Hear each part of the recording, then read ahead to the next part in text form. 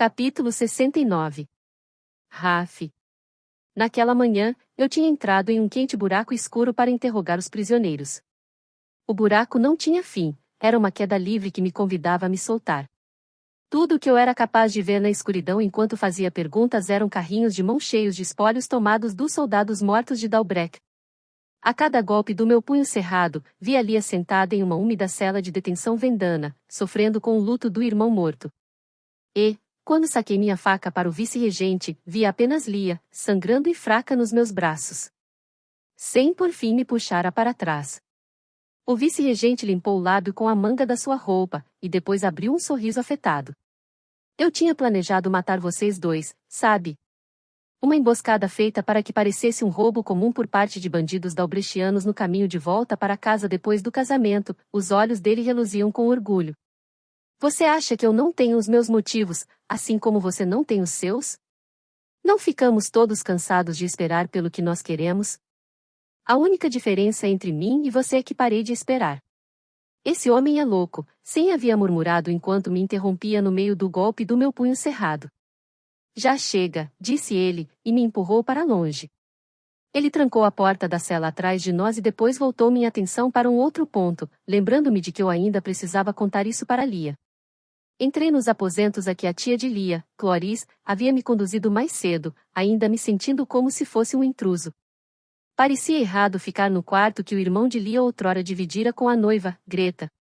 A maior parte dos pertences deles fora removida dali. No entanto, no canto do guarda-roupa, encontrei um par de luvas macias no tamanho das mãos de uma mulher, e, em cima do criado mudo, 2 grampos de cabelo delicados com pontas de pérolas. Dei uma olhada na grande cama de dossel e optei por uma hora de sono no canapé em vez de me deitar na cama.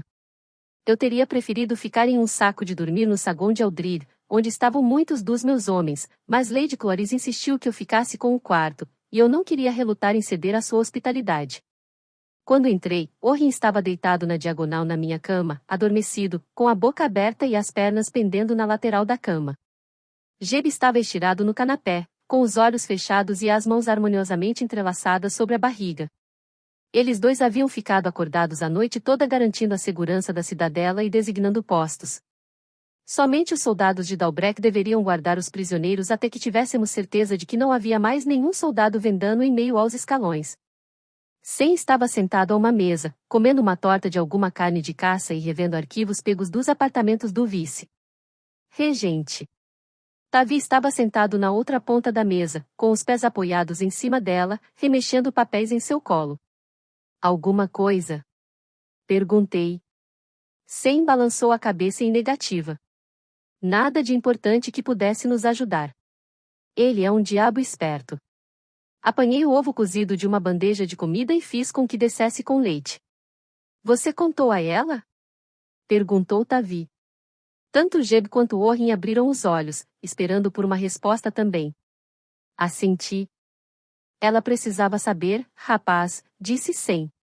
Era melhor ouvir isso de você do que ter a informação vazada em um momento inoportuno. Olhei para ele, incrédulo. Ela vai abordar a Assembleia hoje. Agora é um momento ruim.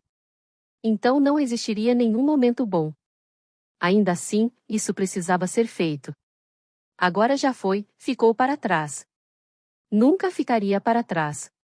A expressão pasma dela quando contei do noivado abriu um buraco em mim. Balancei a cabeça, tentando bloquear a memória. Não é fácil contar à moça que amamos mais do que a vida que vamos nos casar com outra. Sem soltou um suspiro. Coisas fáceis são para homens como eu. As escolhas difíceis são deixadas para os reis.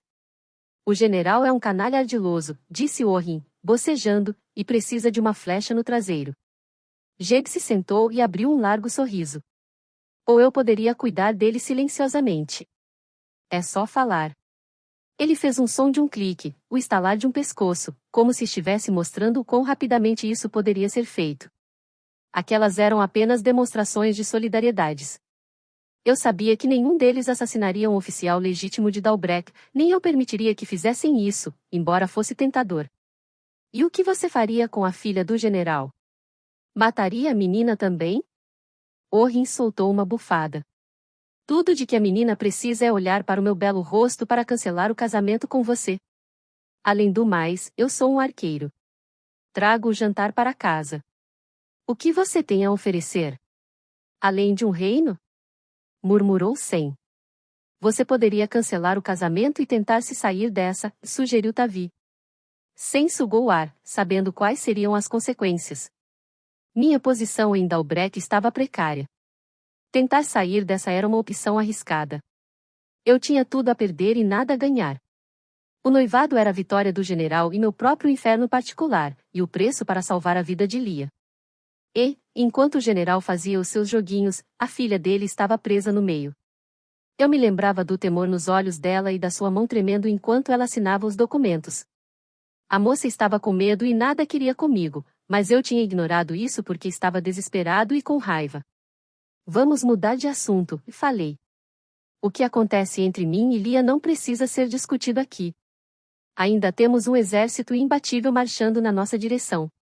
Você não acredita nisso, disse Sem, terminando de comer a sua torta, ou não estaria aqui. Dei uma olhada nas tropas essa manhã, e é pior do que pensávamos. Azia se referiu a elas como patéticas. Sem soltou um resmungo. Patéticas é uma palavra forte. Os poucos que vi pareciam astutos e capazes. Os poucos que você viu, é exatamente esse o problema. Não é que faltem a eles lealdade ou habilidades, mas seus escalões estão vazios. Este é o maior posto de treinamento deles, mas foram dispersados por toda Morrigan, em pequenas unidades. Apenas 1000 deles estão estacionados aqui e agora. Levará semanas para reunir todos de novo aqui. E até mesmo então, não será o bastante. Pode ser que nem todos do exército vendano estejam se dirigindo até aqui. Dalbrek é um alvo mais próximo. Nós vamos resolver isso. Primeiro, o mais importante. A assembleia desta tarde. Traçar um plano estratégico depois dela. Um plano. Eu decidirá não contar a Sem o que tinha feito. Aquilo funcionar ou não, e contar isso a ele só faria com que eu recebesse um sermão furioso sobre ser impulsivo, mas eu não percebera que aquilo era impulsivo quando fui cavalgando até o acampamento fora dos portões da cidade onde o cuidador estava assentando com os Valspre. Depois que entreguei a ele as mensagens, olhei para trás, para a Cívica, e o peso da sua história assentou-se sobre mim. Eu sentia os séculos de sobrevivência. Morriga era o começo, o primeiro reino a se erguer depois da devastação, o único de onde todos os outros reinos nasceram, inclusive Dalbrek. Morriga era uma joia pela qual o comissário estava faminto, uma validação da sua própria grandeza e, uma vez que ele a tivesse, junto com os seus abundantes recursos, nenhum reino seria poupado. Minhas dúvidas desapareceram. Ele estava vindo até aqui primeiro. Sem olhou para mim com ares de suspeita, como se conseguisse ver as operações internas da minha mente. Ele colocou os papéis de lado. O que foi que você fez? Estávamos juntos havia muitos anos. Eu me sentei em uma cadeira bem estofada e joguei os pés em cima da mesa. Acrescentei uma solicitação à minha mensagem para o coronel em Fontaine. Uma solicitação? Uma ordem.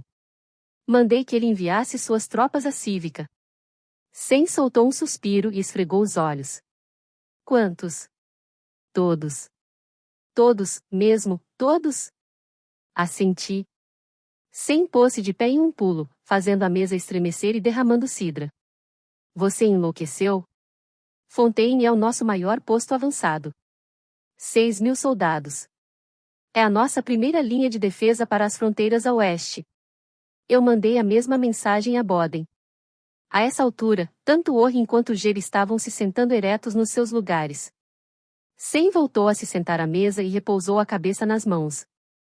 Orrin soltou um assovio com as notícias chocantes. Eu imaginava que agora seria uma boa hora para ir embora. Mas alguma revelação e Sem poderia ter um vaso sanguíneo estourado. Minhas decisões estavam tomadas e não era possível mudá-las agora. Não digam nenhuma palavra a ninguém, falei. Isso não é uma resposta a todos os problemas deles. Eles precisam permanecer ferventes nos seus esforços. Fui andando em direção à porta. Agora, aonde é que você vai? Primeiramente o que é mais importante, falei. Por mais que odiasse admitir isso, Caden seria uma parte crucial do plano para salvar Morriga. Prometi fazer as pazes com alguém. Dei uma olhada no quarto dele.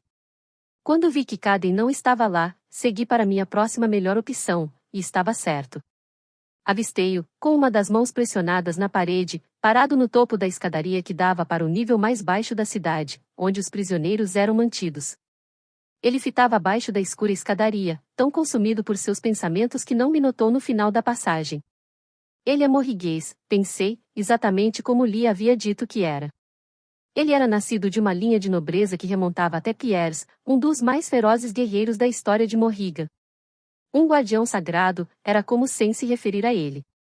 Ele me dera uma breve lição de história na noite anterior, quando mostrei minha surpresa com o parentesco de Caden.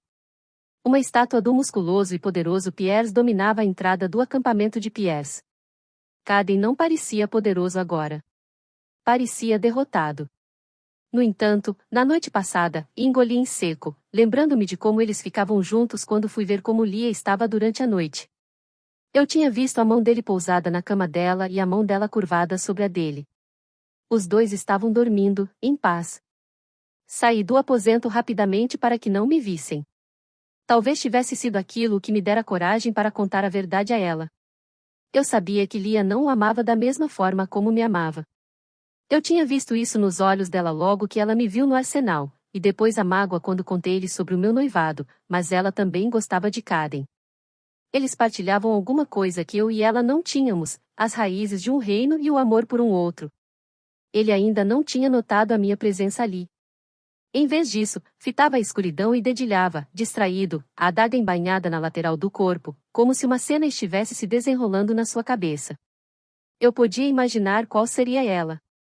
Engoli meu orgulho e aproximei-me dele. Eu tinha dito a Lia que já havia feito as pazes com ele.